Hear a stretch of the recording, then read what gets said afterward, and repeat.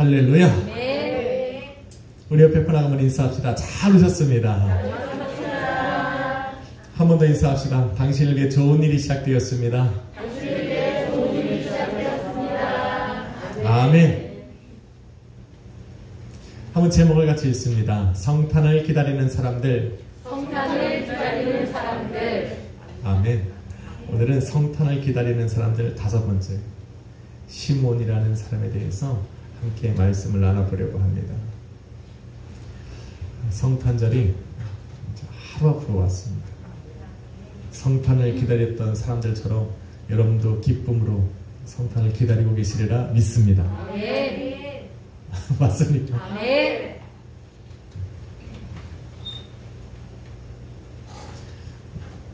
성탄의 주님께서 여러분에게 어떤 은혜의 선물을 가져다 주실지 저도 기대합니다. 유다에게 예언의 말씀이 딱 선포된 후에 많은 선지자 입을 통해 예언된 메시아의 탄생은 많은 이들에게 이스라엘의 회복을 위한 메시아를 기다리게 했습니다. 많은 사람들이 이스라엘의 회복을 위하여, 구원을 위하여, 또 위로를 위하여 메시아를 기다리고 있을 그때에 이스라엘 민족의 구원을 넘어서 만민을 구원하실 그 예수 그리스도를 기다리던 한 사람이 있었습니다. 그가 바로 오늘 본문에 나오는 시므온이라는 사람입니다. 26절은 그가 주의 그리스도를 보기 전에는 죽지 아니하리라 라고 하는 성령의 지시, 또 그 계시의 말씀을 들었다 기록합니다. 시몬이 나이가 몇 살인지, 그가 언제 성령의 계시를 받았는지는 알 수 없습니다. 다만 29절에 주제여 이제는 말씀하신 대로 종을 평안히 놓아주시는 도다 라는 말을 비추어 볼 때 그가 젊은 나이는 아니었다라는 겁니다. 짐작컨대 천국을 바라보는 그런 노년의 시기를 살아가고 있다라고 생각하고 있는 겁니다. 원래 노년이 되면 내일에 대한 그 소망을 갖는 것은 참 쉽지가 않습니다. 우리 지금 김혜영 권사님이나 김은주 권사님이 내년도에 큰 계획을 그걸 세우지는 않으실 거라는 거예요. 그런 큰 소망을 갖기가 힘든데 성경은 시므온이 이스라엘의 위로를 기다리고 있다라고 기록하고 있습니다. 할렐루야. 오래 살 거라는 거죠.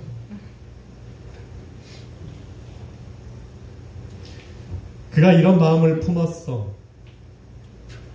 성령 하나님께서 그에게 찾아가셔서 계시의 말씀을 주셨는지, 아니면 성령 하나님께서 찾아가셔서 계시의 말씀을 주셨기에 이스라엘을 회복하고 구원하실 그 메시아에 관한 소망을 주셨기 때문에 그가 이스라엘의 위로를 기다리게 되었는지는 알 수 없습니다. 우리가 알 수 있는 것은 그가 이스라엘의 회복을 기다리고 있었기 때문에 주님께서 성령을 통하여 메시아의 탄생을 예고했을 때 그것을 쉽게 넘기지 않았다는 거예요. 그의 마음 깊이 받고 그의 심중으로부터 그 메시아를 기다리게 되었다는 거예요. 할렐루야.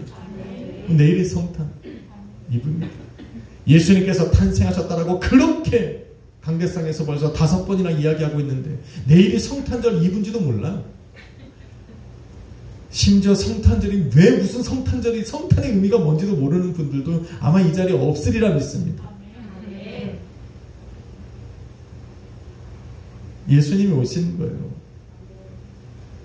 그 마음에 어떤 마음을 품고 있느냐에 따라서 성탄의 의미가 달라진다는 거예요. 이 앞에 많은 선물들만 보이는 것이 아니라 이 많은 선물들을 준비해온 성도들의 마음이 보이려면 나도 그 사람들 중에 한 사람이어야 돼요. 그냥 쿠팡에서 딱 이런 게 아니라는, 이런 게. 어떤 분은 진짜 자그마한 선물에도 편지를 깨알같이 써서 한 달 동안 기도해온 사람인데 얼마나 해주고 싶은 말이 많겠어요. 똑바로 살아라 뭐 이런 말 진짜 얼마나 사랑을 담아서 하겠어요. 그런 분에게는 내가 받는 선물도 기대를 하게 되는데 그냥 15,000원짜리 이런 분들은 받을 때도 감동이 없습니다. 시몬은 이스라엘 위로를 기다리며 살았기 때문에 이스라엘을 회복시키고 위로하실 메시아가 오는 것을 간절히 기대하게 됐다는 거예요. 주님을 기다리시면 아멘 합시다. 아멘. 왜 주님을 기다리고 계십니까? 왜?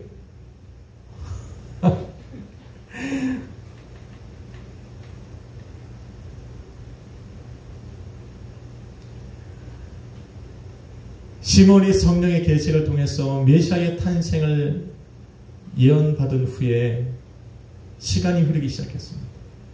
얼만큼 시간이 흘렀는지 저희는 모릅니다. 원래 몸이 쇠약해지고 인생의 끝이 보일 나이가 되면 사실은 인생을 지나간 날들을 회고하면서 그것을 낙으로 삼는 거예요. 우리 권사님들하고 대화를 하다 보면 한참 얘기하다 보면 항상 돌아가는 시점이 있어요. 힘들고 어려운 6.25 때로 돌아가요. 정말 어려웠을 때로 막 돌아가요. 아니 어떻게 끝이 거기로 가는지 모르겠어요. 하다 보면 거기로 가 있어요. 나이를 먹으면 항상 힘들고 어려웠던 그 과거의 삶 속에서 이겨내고 견뎠던 그런 것들을 회고하면서 오늘의 낙을 찾아가는 것이 일반적입니다. 그런데 시몬의 마음은 과거를 회상하는 것이 아니라 자신이 걸어왔던 삶을 바라보는 것이 아니라 내일을 향한 마음으로 가득 차 있다는 거예요. 왜? 오실 메시아를 기다리고 있기 때문에. 그 메시아를 보기 전에는 죽지 못하기 때문에 죽을 날이 가까우면 가까울수록 그의 마음속에서는 그 가슴 벅찬 일들이 막 올라오는 거예요. 살 날이 얼마 안 남았으니까 주님 오실 날도 가까웠다는 것을 감지하고 있는 거예요. 할렐루야. 우리 권사님에게 성령이 말씀하면 내가 죽기 전에 내가 오리라 그러면 우리 권사님은 하루하루가 세울 거예요. 아닐까요? 오히려 나이를 먹으면 먹을수록 더 행복할 거예요. 왜? 주님 오실 때가 가까이 왔다는 확신이 되니까. 이런 시몬에게 성전은 특별한 의미가 있는 거예요. 아침마다 눈을 뜨고 호흡을 하면서 성전을 향하여 걸어가는 그의 발걸음에 무엇이 있겠느냐는 거예요. 얼마나 가슴이 벅차겠어요. 내가 오늘 나아가면 성전에서 구세주로 오신 예수를 바라볼 수 있을까? 만날 수 있을까? 나의 눈으로 바라볼 수 있을까라는 기대감이 그의 발걸음을 가볍게 했을 거예요.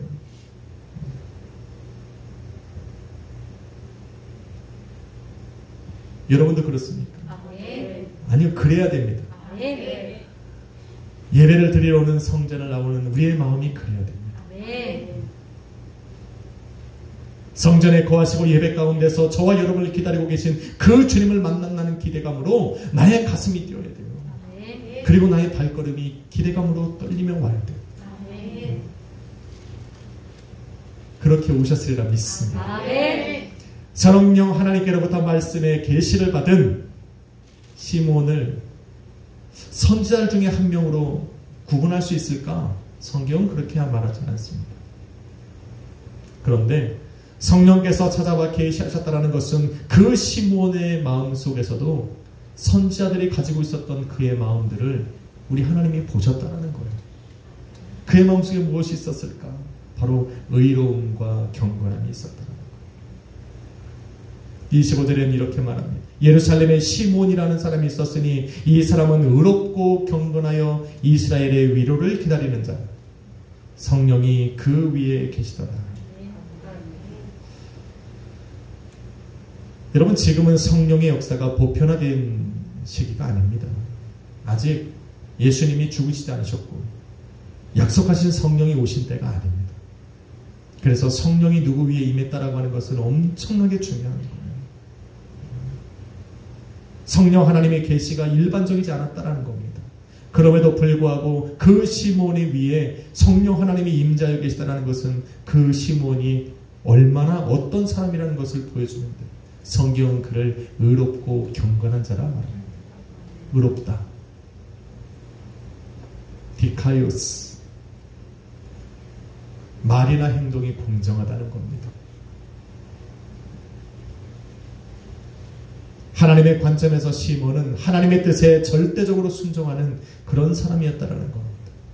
의로운 사람이다. 여러분 기억해야 돼요. 공정하다는 것은 우리가 세상 사람들이 이건 이거 공정한 거예요. 판단을 내릴 때 공정하게 판단해요. 그런데 하나님의 입장에서 의로운 거라는 것은 무엇이냐면 하나님이 말씀하시면 본인이 옳고 그름을 따지는 것이 아니라 말씀하셨기에 순종하는 것이 의로운 거예요. 그게 하나님의 관점에서 의로운 거예요. 머리 굴리는 거 있잖아요. 하나님이 내게 말씀하셨어. 이거 하면 내가 이럴 것이고 이거 하면 이럴 것이고. 오케이. 순종해도 되겠어. 탁! 하는 분들이 있어요. 이상하죠. 세상 사람들이 볼 때 정말 똑똑해 보이는데 하나님이 볼 때는 의로운 게 아니에요. 경건하다는 말은 율라베스라는 단어입니다. 경건하다, 굉장히 조용하다 그런 것이 아니라 이 원어의 뜻은 본문에 쓰인 경건하다라는 율리오스라고 하는 단어는 율라베스라고 하는 단어는 조심스럽다라는 거예요. 조심스럽다. 경거망동하게 행동하지 않는다라는 거예요. 마음이 막 들떠가지고 막 터무니없이 말하고 경솔하게 행동하지 않는다라는 뜻입니다. 시몬이 그랬다라는 거예요. 그래서 생각을 해보니까 성령 하나님께서 시몬을 찾아가서 말씀하실 그때는 시몬이 젊은 날은 아니었을 거라는 겁니다. 젊은 날에 들었다면 가만히 있지 못했을 것 같아요. 이 엄청난 이야기를 성령이 찾아오셔서 말씀하셨는데 어떻게 잠잠히 있습니까? 저 같아도 막 자랑하고 싶어하고 막 그러지 않겠어요? 그래서 이런 의로움과 경건함이 삶에 묻어있는 노년의 시기에 아마도 성령께서 찾아가셔서 말씀하셨을 거지 않을까 저는 생각을 해봅니다.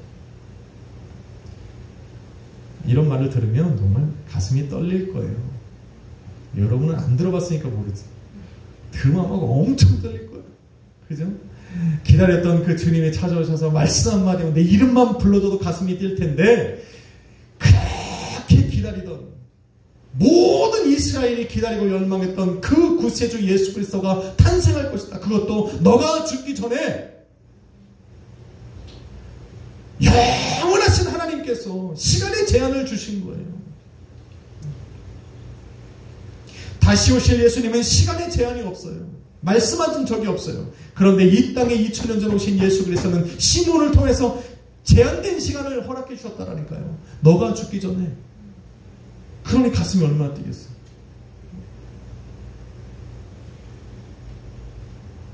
그 모든 사람들이 기다리고 있는 그 메시아가 언제 올 것인지 성령 하나님께서 말씀하신 그대로 내가 시험판다면 내가 세상 사람들 가운데서 유명해질 텐데 시몬은 그러지 않았다. 시몬이 왜 말을 하지 않았을까? 상황적으로 보면 신앙적으로 보면 의롭고 경건한 사람이기 때문에 그런데 상황적으로 볼 때도 얘기할 수가 없었어요. 왜? 사람들이 안 믿어줬을 거라는 거. 안 믿어줬을 거라. 왜 그렇습니까? 이스라엘은 지금 계시가 끊어진 상태예요. 말라기로부터 마태복음이 쓰여지는 이 계시가 끊어진 영적인 암흑기를 지금 지나고 있는 겁니다. 하나님의 말씀을 선포하는 선자가 나타난 것도 아니고 성령의 역사가 일어난 것도 아니고 지금 영적인 암흑기가 지금 지나고 있는 거예요. 그런데 시몬이 성령의 계시를 받았다고 이야기를 한다?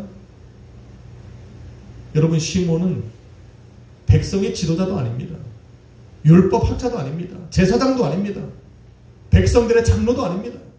그냥 평범한 노인인데 평범한 노인이 나타나서 계시가 끊어지고 암흑적인 영적인 암흑시대에 일어나서 자신이 성령 하나님의 계시를 받았다.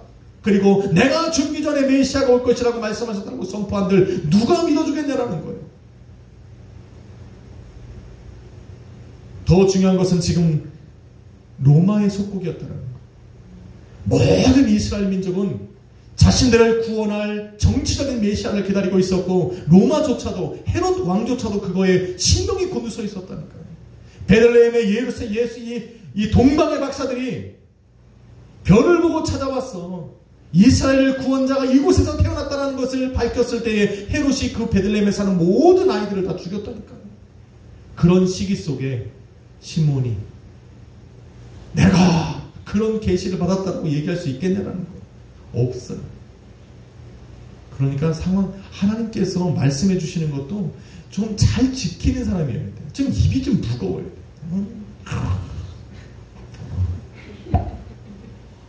제가 그러다 낭패를 본 사람이에요. 낭패를. 젊은 날에 우리 하나님이 영적인 세계를 확 여러분 놓으신 적이 있어요. 저는 시몬의 마음을 이해합니다. 이 영적인 세계가 한번 확 열리고 나면 이거 어떻게 감당이 안 돼요. 감당이. 여러분 기도가 잘 안 나오죠? 안 나와요. 눈만 감으면 껌껌하잖아. 도대체 이 껌껌한 곳에서 주님을 어디서 찾으라는 거예요?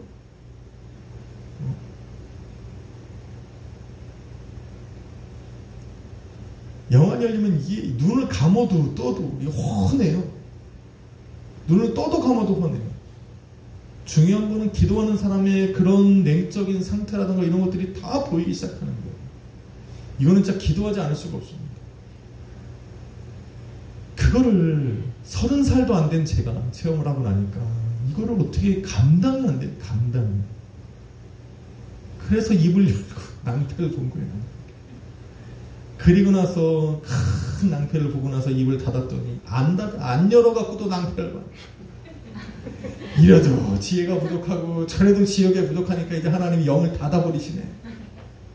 그런 와중에서 하나님의 일을 감당하려고 하니 얼마나 힘들겠어요. 그래도 하나님께서 불쌍한 종 포기할까봐 그래도 말씀 하나 주셔서 그 말씀 붙들고 지금 사역하고 있습니다. 아직은 쓸만하니까 기도도 부탁하시고 또 찾아오셔서 상담도 하시고 하면 됩니다. 그러면서 제가 하나 깨달은 것은 뭐냐면 의롭고 경건해야 된다. 하나님의 계시를 받고 하나님의 영적인 비밀을 깨닫는 사람들의 중요한 책임은 하나가 뭐냐면 의롭고 경건해야 돼. 경거망동합니다. 섣불리 이 말을 열어서 하나님께서 내게 주신 것은 하나님이 내게 말씀하신 입을 열어야 될 때를 잘 판단하고 분별해야 됩니다. 지금 시몬은 그런 겁니다. 그래서 구세주의 탄생에 관해 들은 이 시몬은 잠잠히 이스라엘의 위로만을 기다리고 있었던 겁니다. 위로라고 하는 말 속에서 현재 이스라엘이 처해 있는 상황을 짐작해 볼 수가 있습니다. 이스라엘은 정말 위로가 필요한 상태인 겁니다. 영적으로는 하나님의 계시가 끊어진 상태에 있습니다. 영적인 암흑기, 하나님의 마음을 알려주는 선지자도 없습니다. 몸과 마음은 로마의 속국이 되어서 자유함을 잃어버린 상태입니다. 삶은 어떻습니까?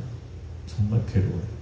로마에다 내는 세금조차도 내기 힘들어서 도망다니며 살아야 되는 시기입니다. 참 힘들고 어려운 환경 속에 살아가고 있는 이스라엘 민족을 바라보면서 시몬이 할 수 있는 것은 그들을 위로할 수 있는 메시아가 오기만을 기다리는 거예요. 예수님께서는 자신에게 나오는 이스라엘 민족들을 바라보면서 목자 없는 양과 같다라고 했어요. 그리고는 그들을 불쌍히 여기셨어요. 목자 없는 양들의 특징이 하나 있는데 불안하다는 거예요. 항상 불안합니다. 풀을 먹어도 불안하고 잠을 자도 불안하고. 그래서 이 사람 얘네들은 어떠합니까? 의지할 곳이 있으라고 의지할 곳이라고 생각이 되어지면 무조건적으로 따라간다는 거예요. 분간을 못해요. 그런데 이것을 악용하는 이들이 있었다는 겁니다. 성전에서 하나님의 말씀을 대언해야 할 제사장들은 성전 제사를 빌미로 삼아 사람들을 성전으로 불렀어요. 그리고 하나님 앞에 나아가서 예배해야 되는 그 사람들에게 과한 것들을 팔아서 자신들의 이익을 취하고, 예수님께서는 그들을 향하여 내 하나님의 집을 왜 장사의 소굴로 만들었냐고 책망하셨어요. 말씀을 연구하고 가르쳐야 하는 율법학자들이나 바리새인들은 하나님의 말씀을 자신의 지식과 경험에 비추어 해석하기 시작했어요.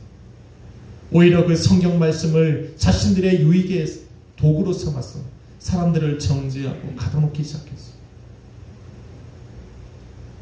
사람들은 그 안에 생명이 있는 줄 알고 그들이 요구하는 대로 살았어요. 살면 살수록 그들의 마음속에서 누가 사라져요? 예수가 사라지고 진리가 사라지는 거예요. 그러니 점점점 갈증을 일으키게 되고 그 갈급함 속에 이들은 계속적으로 더 그들을 따라갈 수밖에 없게 돼요. 이 영혼의 갈급함은 오늘날에도 참 많이 나타납니다. 영혼이 갈급할 때 우상이 많이 만들어져요. 영혼이 갈급한 사람들이 늘어나면 세상에 이 신들이 늘어납니다. 영혼이 갈급하면 진리를 빙자한 거짓 선지자들이 일어나기 시작합니다. 영적인 목마름이 급해지면 예수 그리스도를 가장한 이단들이 판을 치기 시작합니다. 요즘 한번 세계를 이렇게 보면 바로 그런 상태에 있다는 거예요. 영적인 목마름이 있다. 그런데 그러면 그럴수록 이들 안에서는 예수는 사라지고 자신들의 노력과 열정만 나타나게 됐어요. 그래서 여러분 이단들을 보면 계속 열정을 가집니다. 계속 노력합니다. 그것만 남아서 그래요. 예수 안에 평안이 없습니다. 눈이 빨리도 일합니다. 아침 저녁으로 열심히 나가서 전쟁. 예수가 없어서요. 뭔가를 열심히 달려가지만 그 안에 불안함을 떨쳐버릴 것이 없습니다. 예수 안에 평안하십시오. 아멘. 아까 평안의 왕 평강의 주로 오셨어요. 예수 안에 평안을 누리지 못하면 우리는 지금도 목자 없는 양처럼 살아가고 있는 거예요. 한번 인사합시다. 평안합시다. 그런데 이런 영적인 암흑기 속에서 성령의 음성을 듣고 성령의 말씀에 순종한 이 시몬이 정말 참 대단하다는 생각이 듭니다. 어떻게 그것을 성령의 음성으로 들었을까? 그것을 성령의 음성으로 듣고 성령의 감동을 받아 그 말씀에 따라 걸어갈 수 있었을까? 와, 저는 말씀을 준비하면서 굉장히 행복했어요.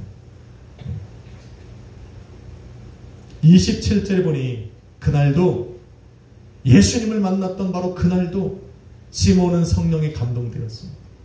성령 하나님은 시몬을 이끌어 성전으로 들어가게 했습니다.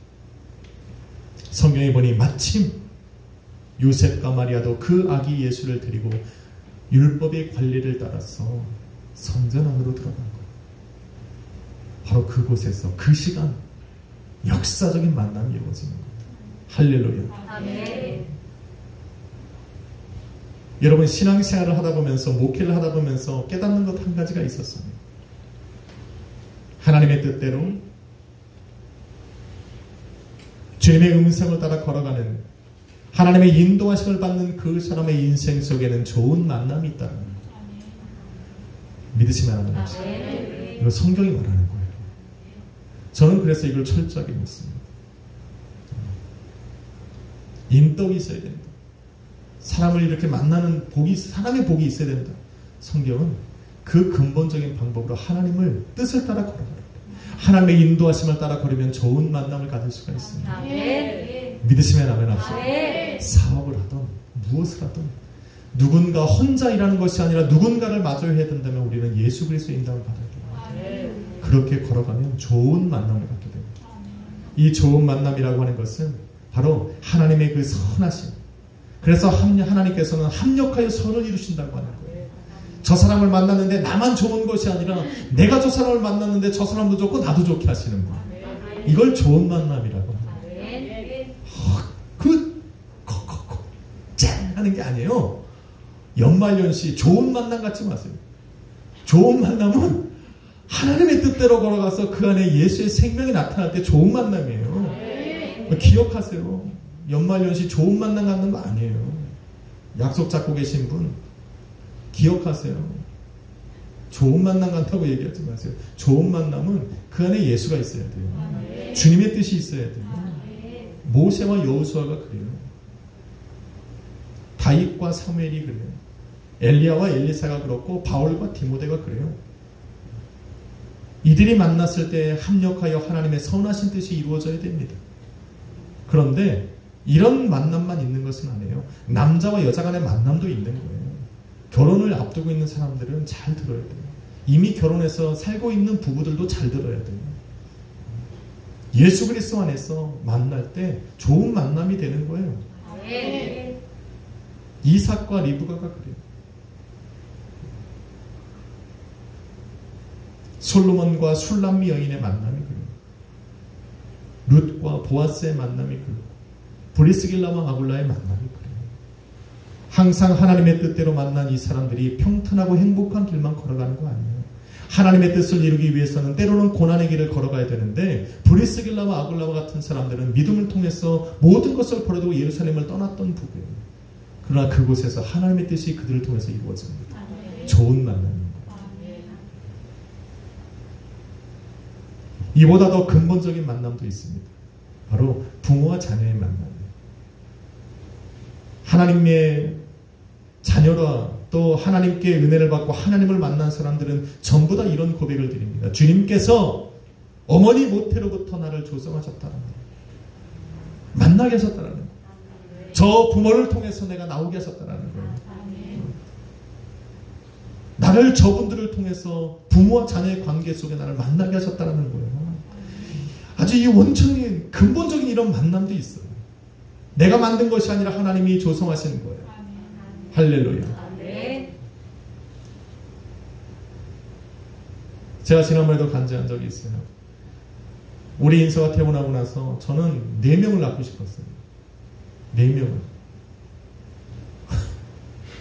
안 되더라고. 3년 동안 출산하다 포기했어요. 그리고 인서를 달달 볶았어요. 네가 기도해야 된다. 네가 기도해야 된다. 아, 순진한 우리 인서가 기도하고 그리고 7년 만에 우리 인영이가 태어났어요. 그래서 우리 인서한테 너무 고맙다 그랬어요. 네가 기도해갖고 인영이 나왔다. 그러니 얘 잘 봐라. 인서가 이거 진짜예요. 그래서 인서가 학교에 갔는데 걔네가 초등학교에서 이젠 이런 교육을 시키는 거예요. 거기에서 아이가 어떻게 나오는지를 보고 배운 거예요. 선생님이 물어봤대요. 아기가 어떻게 만들어지는지 아는 사람. 그 인서가 손들었대. 기도했대. 이게 진짜 우리 인서가 보고 있으니까 이게 농담이 아니라는 걸 알 거예요. 인서가 담대하게 손들고 기도했다. 하나님. 선생님이 우리 인서가 또라이인 줄 알고 차 불러다가 자세하게 설명을 시켜줬대요. 왜냐면 걔네들은 초등학교 때부터 성교육을 시키니까. 그래서 자세하게 설명. 그날 밤 난리가 난 겁니다. 인서가 와서 전사님이 어떻게 거짓말할 수도 있습니까? 아빠 오늘 학교에서 뭔 일 있었는지 아십니까? 그 어린애가 따지기 시작하는데 야 굉장히 조목조목 따졌어. 기도로 나오는 게 아닙니다. 여러분 이럴 때 부모가 당황하면 안 됩니다. 믿음의 부모가 이렇게 따지는 자녀들한테 우리는 할 말을 해줘야 돼. 진리를 알려줘야 돼. 제가 우리 인서를 불러다가 조용조용하게 얘기했습니다. 만약에 네가 배운 대로 엄마와 아빠가 사랑해서 막 자녀가 나온다면 자녀 없는 부모들은 다 뭐냐? 그럼 저분들은 사랑을 안 한 거냐? 그게 아니다. 너를 부모를 만나게 너와 아빠가 만난 것도 아들로 태어난 것도 하나님께서 만들어주셨어요. 하나님이 만나게 하십니다. 그 만남을 위해서 우리는 기도한 것이고 하나님이 우리 예쁜 인형이를 주십니다. 넌 그러니까 앞으로 인형이 잘 봐라. 너가 기도해서 나왔으니까 너에게 책임이 있다. 그게 지금도 잘 보고 있는 거예요. 여러분 부모와 자녀의 만남은 우연이 아닙니다. 하나님께서 만나게 하십니다. 저런 자녀는 저런 부모를 만나야 성공합니다. 할렐루야. 자녀는 부모님한테 감사해요. 하나님 앞에 감사하는 그 첫 번째 시작이 그 부모한테 잘해야 되는 거예요. 또 부모는 자녀에게 감사해야 돼요. 저런 것이 태어나서 여러분에게 의미가 있는 거예요. 저 애가 아니었다면 여러분은 진짜 괴로움 속에 살아갈 거예요. 그리고 생각하니 우리 교회 유정 이사님 얼마나 대단하신 분이 복이 넘치는 가정이에요. 복이 넘치는 가정.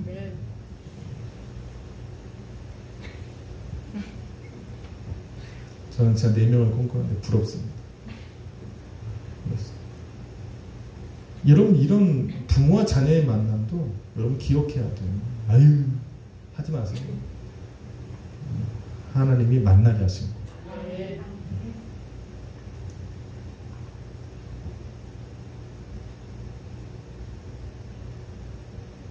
세례 요한과 엘리사벳의 만남도 그래요.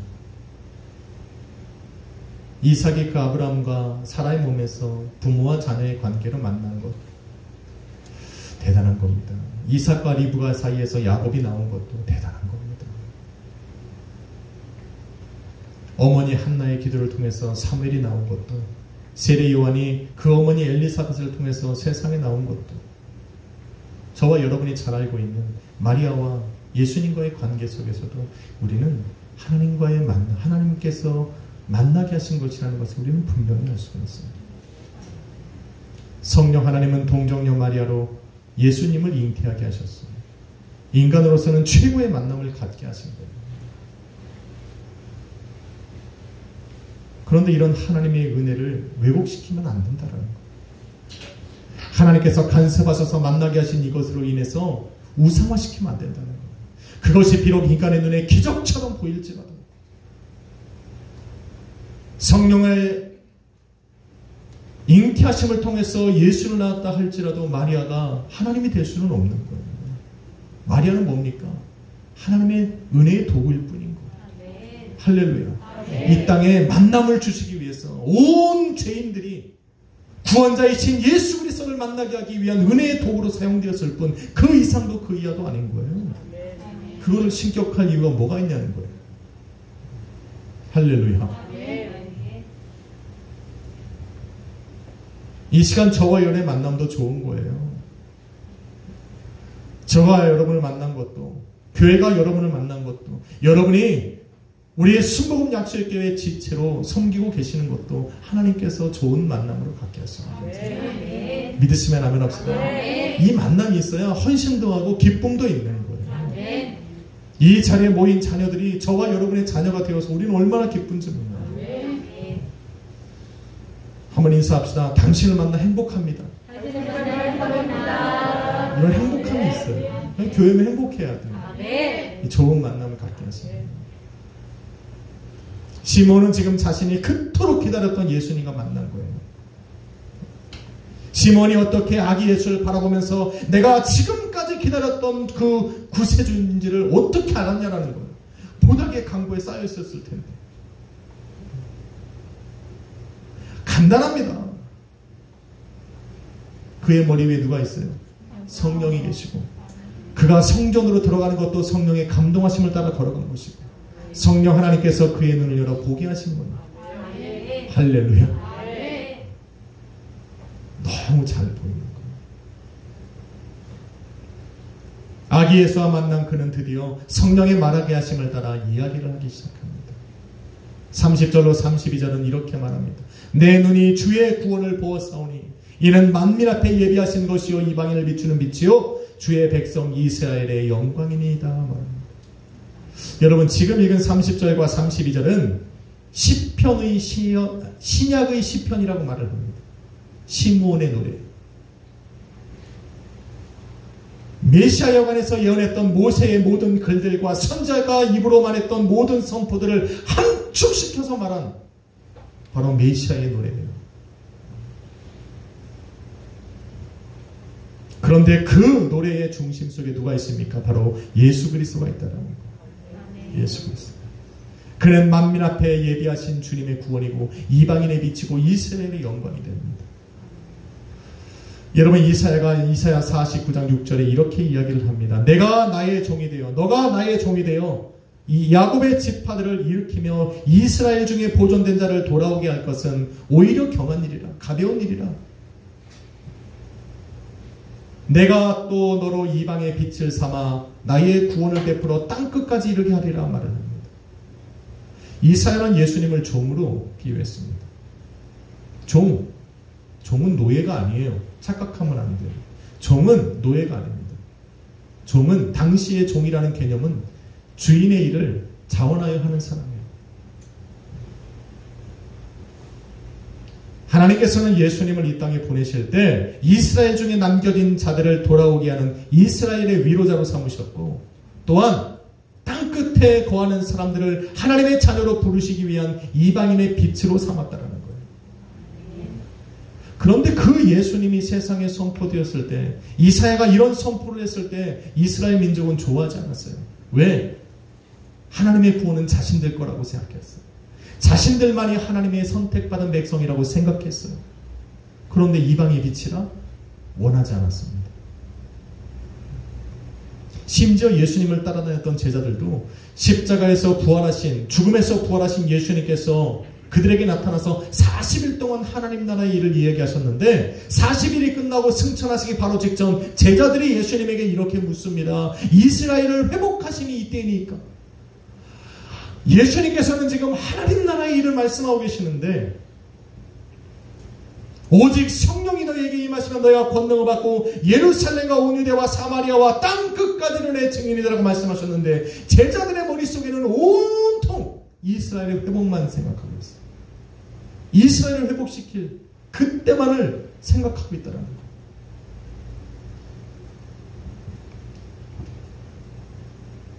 예수님이 오시는 것은 이스라엘의 구원만을 위해서 오신 것이 아닙니다. 할렐루야. 그러면 저와 여러분은 아무런 의미가 없는 거예요. 먼저는 우리 하나님께서 이스라엘을 위로자로 보내셨지만, 또한 땅끝에 거하는 이방인들을 구원하기 위한 이방인의 빛으로 보내신 거예요. 우린 그걸 확실히 해야 됩니다. 주님의 탄생은 땅끝에 거하는 모든 민족들의 구원을 포함하고 있는 거예요. 누구든지 주의 이름을 부르는 자는 구원을 얻게 하시기 위해 이방인의 빛으로 오시는 거예요. 그래서 세상은 알아야 돼요. 세상을 구원하실 분은 오직 예수 그리스도 한 분밖에 없다. 다른 이름을 주신 적이 없어요. 제자들도 부활하신 예수님을 만났을 때는 이스라엘의 회복만을 생각하고 살아가다가 오순절 마가다락방에서 성령의 충만함을 받고 난 후에는 그들이 세상에 나가 이렇게 선포합니다. 다른 이로서는 구원을 얻을 수 없나니 천하인간의 구원받을 다른 이름을 준 적이 없다. 누구? 예수밖에 없다라는 거예요. 성령을 받으니까 예수만 증거하게 되는 거예요. 할렐루야. 그래서 성령을 받아야 돼요. 성령이 우리 안에 찾아오시면 예수만 자랑하게 돼 있어요. 그래서 성탄절날 즐겨 부르는 칸타타 노래 중에 이런 찬양이 있어요. 오직 예수 다른 이름은 없네, 그 이름만 우리에게 주셨네. 아, 이걸 부르고 싶었는데 그 뒤가 너무 어려워. 음이 너무 심해. 이것도 한 번 했다가 또 전사님들이 얼마나 뭐라고 할까. 한 주간 동안 그 구박받기 싫어서 여기서 끝. 핵심은 다 나왔어요. 누구밖에 없다? 예수밖에 없다는 거예요. 세상에 구원받을 만한 다른 이름을 준 적이 없다는 거예요. 온 세상을 구원할 만한 구세주로 오셨지만, 더 근본적인, 가장 더 그거보다 더 우선된 것은 이스라엘의 위로자라는 걸 기억을 해야 돼요. 시몬은 예수님을 이스라엘의 영광으로 비교합니다. 이게 무슨 말일까 의문을 갖는 분들이 좀 있습니다. 여러분, 아브라함과 이삭과 야곱의 뒤를 이어 나온 유다도, 유다가 그 지파가 예수님의 뿌리가 된다라는 이야기가 선포되었을 때, 그들을 통해서 예수 그리스도가 나올 것이라고, 세상을 구원할 메시아가 나올 것이라고 하나님께서 말씀하신 그때부터 이스라엘 민족은요, 끊임없이 마귀의 공격을 받습니다.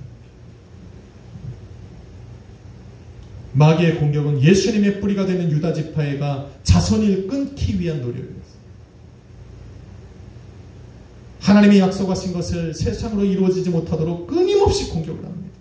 때로는요, 유혹하고 시험합니다. 또 때로는 전쟁을 일으켜서 그 남자들을 다 죽이기도 합니다. 메시아의 탄생을 포기하도록 만들어버립니다. 그러나 이들을 통해 예수가 나오시겠다 하신 그 하나님의 이 약속은, 결정은 변함이 없는 거예요.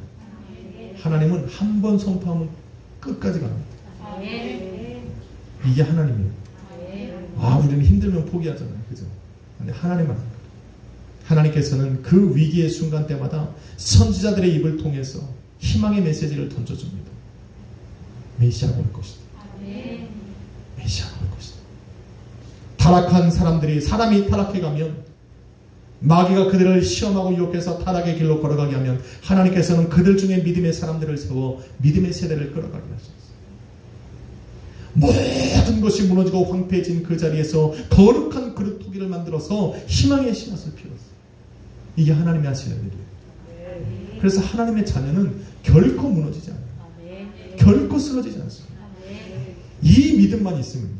이게 정말 여러분 인생을 살아가면서 내가 다시 일어나게 하고 내가 기도할 수 있게 하는 힘이 바로 여기에 나옵니다. 하나님의 축복은 절대 끊어지지 않습니다. 우리가 포기하지 않아요. 여러분이 하나님을 떠나지 않아요. 그래서 예수님의 탄생은 모든 이스라엘의 인내의 열매고 그들이 참고 견딘 고통과 아픔의 열매입니다. 이 일에 동참한 모든 사람들이 그래서 영광이 되는 거예요. 할렐루야. 이들이 인내 때문에 이방인인 우리가 구원의 빛을 보고 있는 거예요. 이들이 그 많은 시간을 견디고 인내하며 예수 그리스도를 이 땅에 태어나게 했기 때문에 그 마귀의 시험과 유혹과 공격들을 다 참아내고 견뎌줬기 때문에 우리가 지금 그 복음의 메시지를 듣고 있는 겁니다. 그래서 우리는 하나님이, 우리는 아버지라고 부르지만 이스라엘의 하나님이라고 부르는 거에 샘내지 않아요. 질투하지 않잖아요, 여러분. 이스라엘의 하나님. 우리가 찬양도 하잖아요, 그죠? 여러분, 그 하나님이라는 분 앞에 이스라엘을 집어넣는 거 정말 쉽지 않아요. 그런데 우리는 그걸 뭐라고 하지 않잖아요. 왜? 그게 그들의 영광인 거예요. 여러분, 가정에 보면 제일 먼저 태어난 애들 우리는 장자 때는 장녀라고 그래요. 어려운 시기에 태어난 애들은 참 이 장자와 장녀가 감당해야 될 역할은 굉장히 큽니다. 여기서 장자와 장녀로 태어나신 분들 많을 거예요.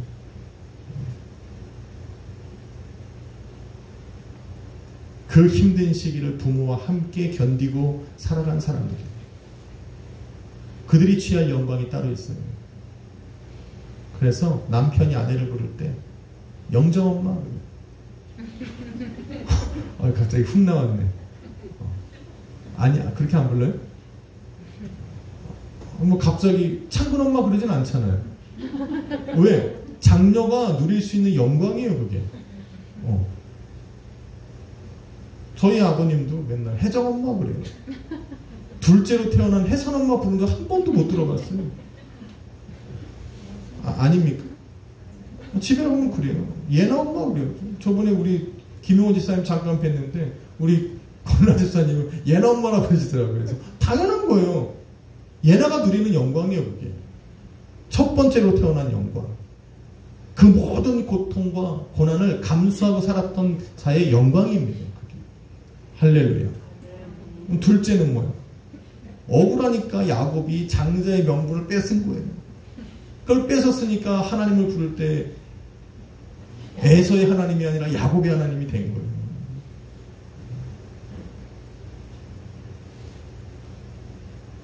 그런 영광이 이스라엘에게 있다는 거예요. 그게 예수님이 오셔서 가능한 거예요. 할렐루야. 사랑하는 성도 여러분, 지금까지 나라와 민족 차원에서 주님의 탄생을 기다렸다면 시몬을 통해서 예수님의 탄생을 자기 인생의 의미를 부여하기 시작했습니다. 그의 말씀을 따라 기다렸고 그 기다림 끝에서 시몬은 주님을 만난 거예요. 어떤 주님? 나의 주님을 이스라엘 민족의 주님이 아니라 시몬은 그 성전에 이끌려 갔을 때 바로 나의 주님을 만난 거예요. 그 예수님을 바라보며 자기 삶의 의미를 찾게 된 겁니다. 저와 여러분도 우리는 기다립니다. 2000년 전 이 땅에 오신 예수님을 우리는 하루 앞에 두고 우리는 그 주님을 기다립니다. 또 나아가서는 다시 오실 우리 주님을 기다리고 있습니다.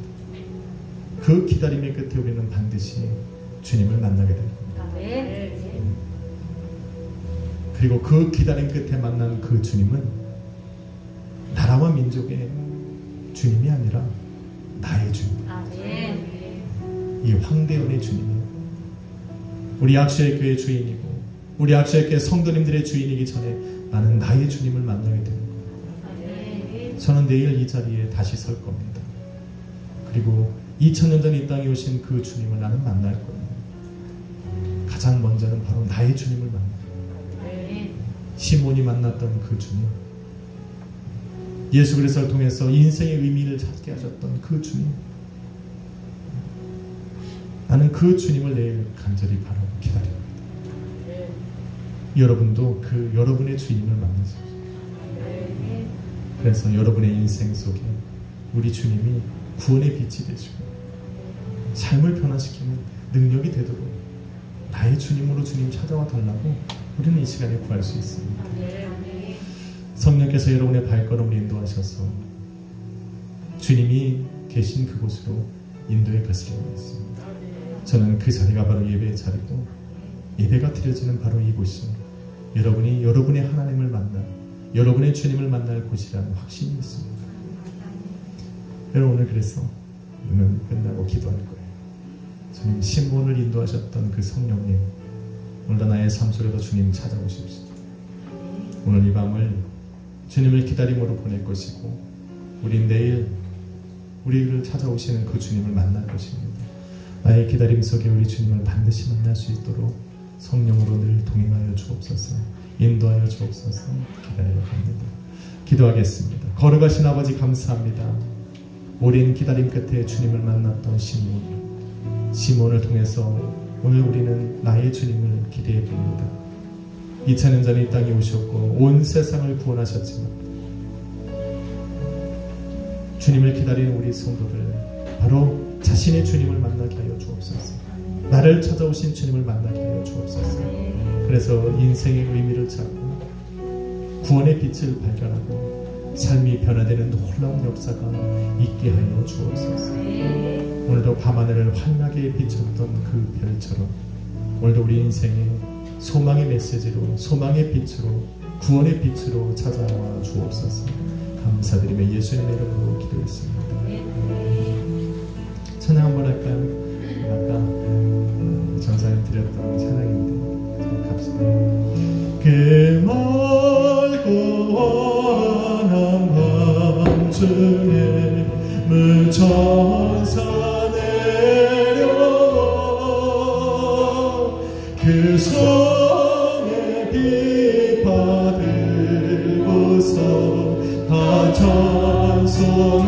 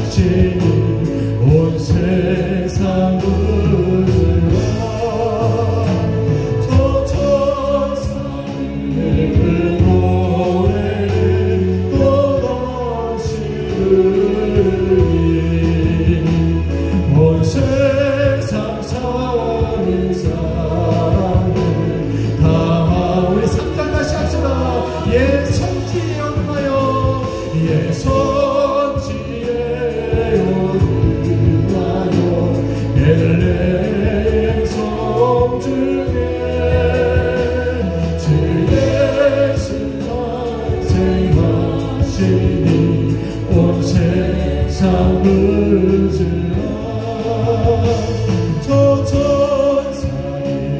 기쁠 노래 또다시 부르리 온 세상 사는 사람들 다 환하도다. 여러분 이 시간에 주님 오심을 기대하십니까? 기대하십니까? 기대하십니까? 그 기다림 끝에 여러분의 주님을 만나십시오. 성령 하나님의 인도하심을 받아 이 자리에 왔습니다.